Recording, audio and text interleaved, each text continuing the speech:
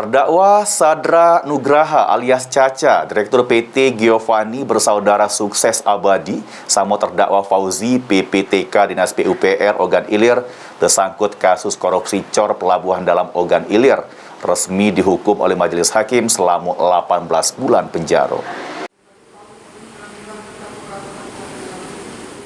Putusan ini yang ditetapkan pihak Pengadilan Tipikor Palembang terhadap terdakwa Sadra Nugraha, Direktur PT Giovanni Bersaudara Sukses Abadi, sama terdakwa Fauzi selaku PPTK Dinas PUPR Ogan Ilir, juru kasus proyek jalan cor beton pelabuhan dalam Ogan Ilir dengan kerugian sebesar 3,9 miliar rupiah.